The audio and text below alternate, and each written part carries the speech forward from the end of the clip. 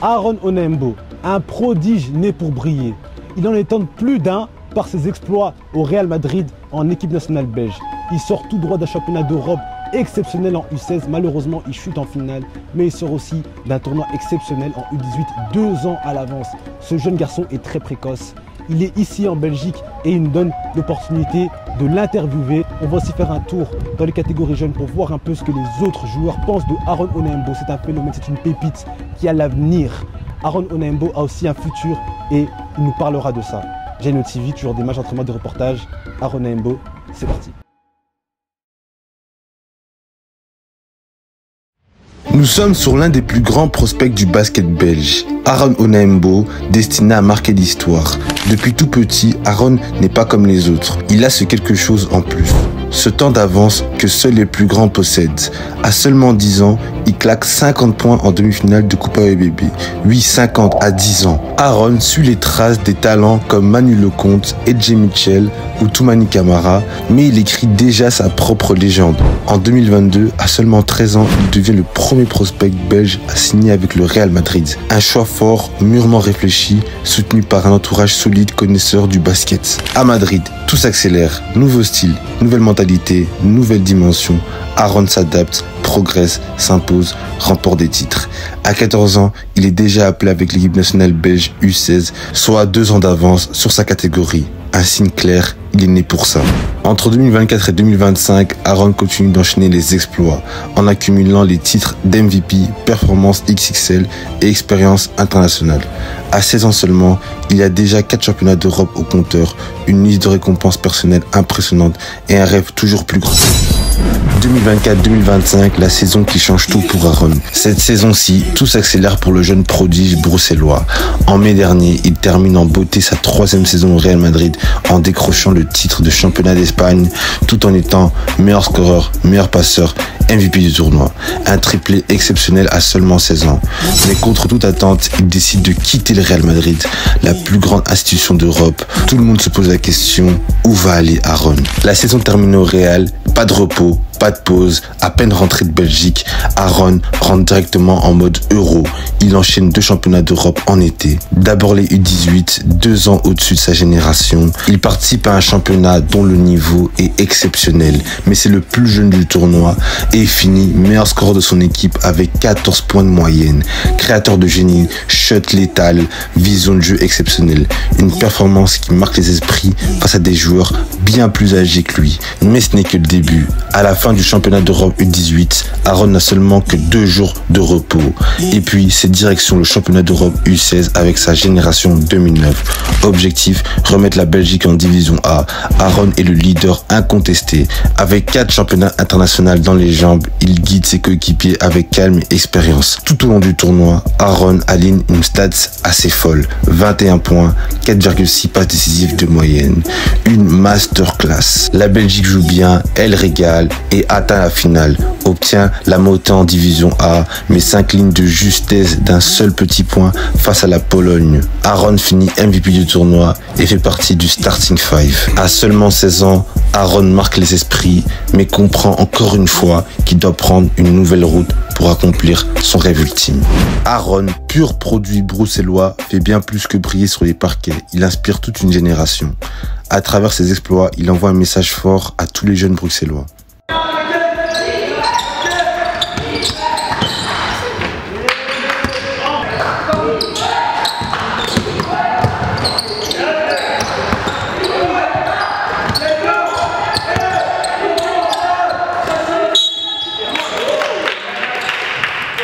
Alors Aaron, je trouve vraiment il a mis des performances pas mal au championnat et il est très courageux parce que jouer avec des U18 alors que c'est un U16 il faut quand même le faire et malheureusement il a perdu en finale mais je trouve vraiment qu'il mérite sa place.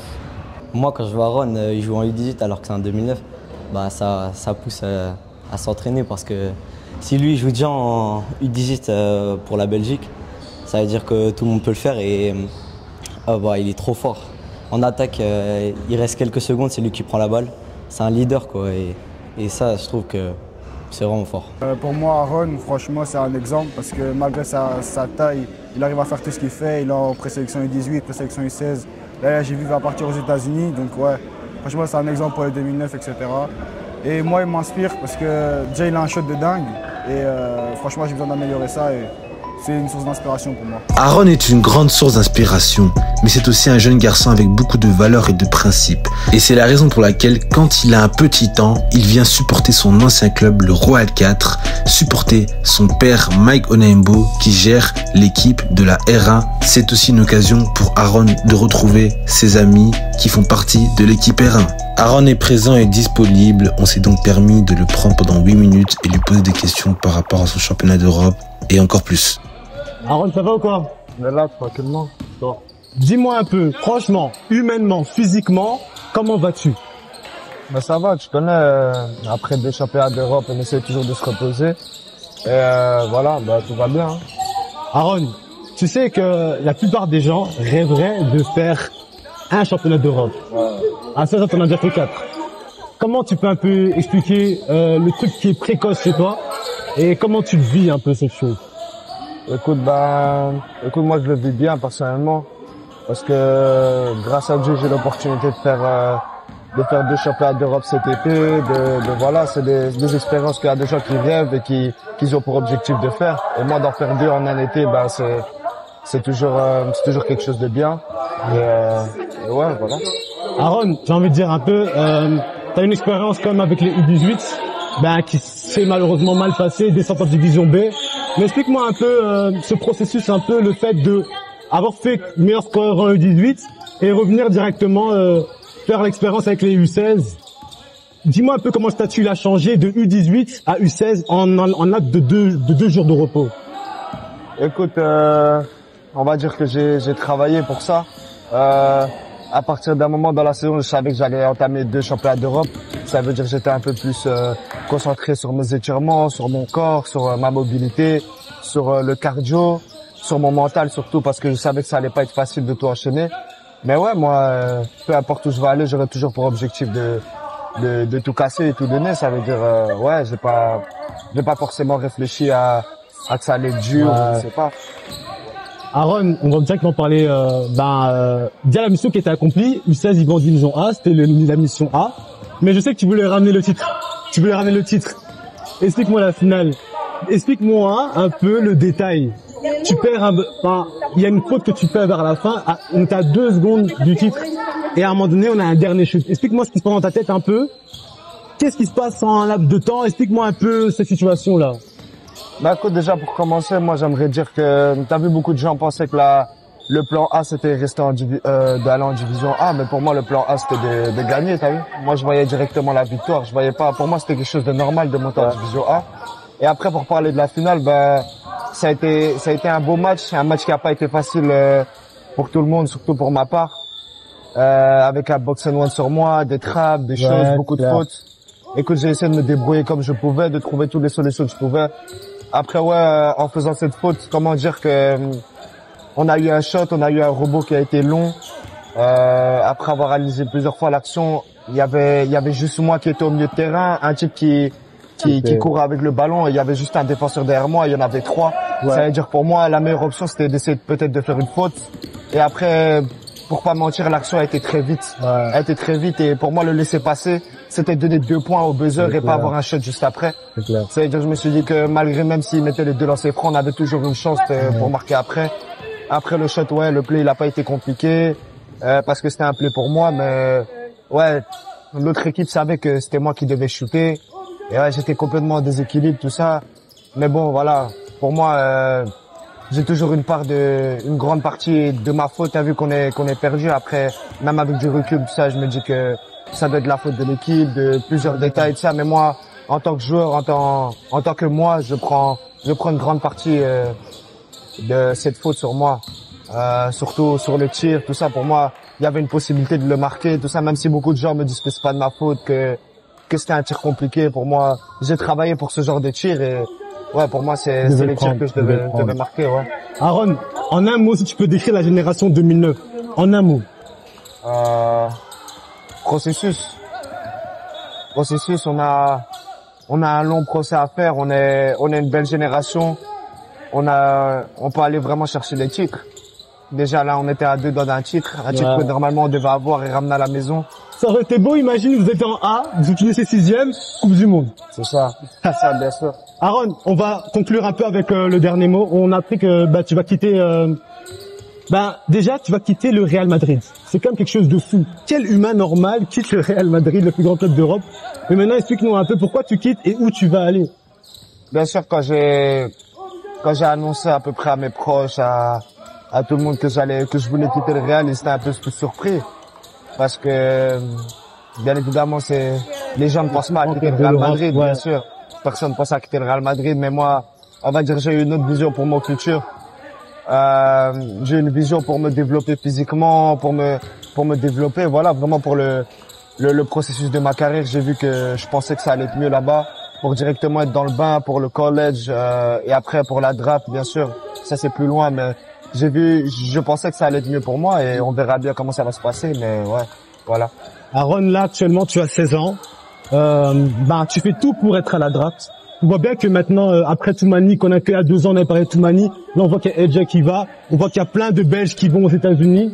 Est-ce que tu sens qu'il y a un peu cette ambition que les Belges veulent conquérir un peu l'Europe, mais aussi les États-Unis? Il y a moyen d'aller partout.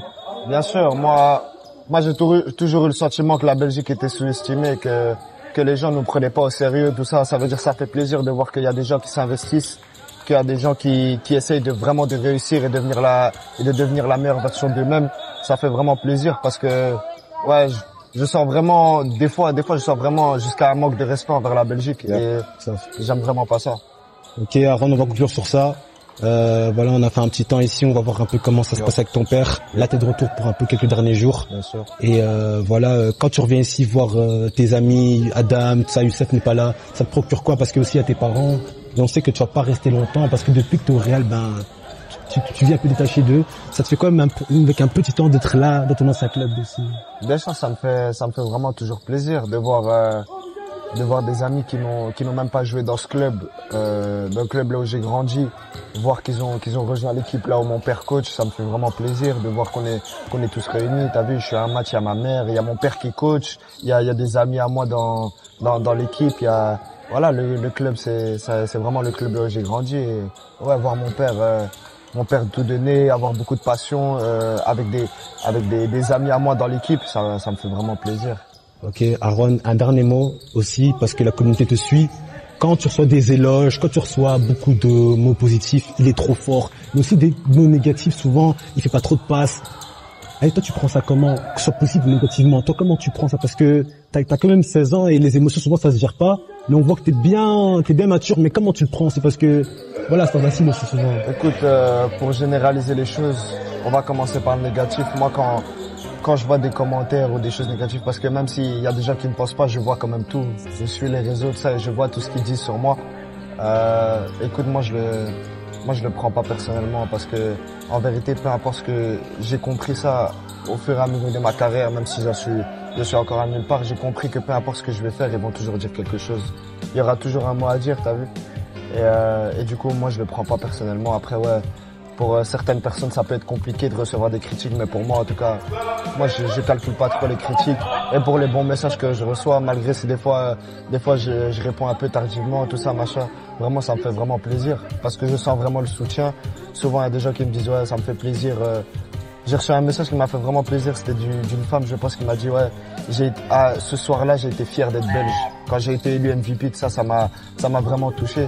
Parce que dire d'être fier d'être belge, t'as vu, en grande partie grâce à moi, ça me fait quelqu'un de 16 ans quand même, tu vois. Ça me fait vraiment plaisir et pour tous ceux qui m'envoient de la force ou qui commentent, tous les gens qui ripostent en story, tout ça. Peu importe, c'est des petites choses, t'as vu, mais à moi qui me font vraiment plaisir. Du coup, vraiment merci beaucoup. En tout cas, Aaron, on a posé toutes les questions. Merci de nous avoir laissé un temps. On va encore te suivre quand tu seras aux États-Unis, peu importe. Voilà, t'es une inspiration pour la Belgique. Et je pense que tu inspires aussi pas mal de jeunes qui disent bonjour et qui veulent faire la même chose. Merci Aaron pour le temps. Merci bro, merci à toi.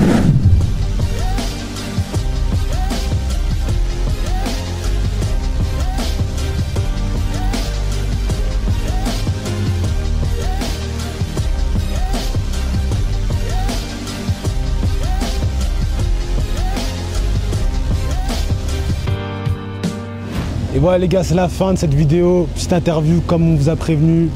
Voilà, avec Aaron Onaembo. Voilà, il a un peu dit son ressenti sur ces 2 campagnes en U16 et en U18. On a fait un peu le tour de 2 matchs. Un match U16 et un match U18 pour un peu avoir le ressenti sur Aaron Onaembo. Ce prodige de talent qui veut aller si loin, il va en NBA. Il prend la direction des États-Unis dans une prep school assez réputée. On lui souhaite tout le bonheur du monde, la chance. Les gars, j'ai une autre vidéo demain, j'entends de reportage. J'espère que cette vidéo vous a plu. Abonnez-vous si ça vous a plu. Et on se retrouve très bientôt pour la suite.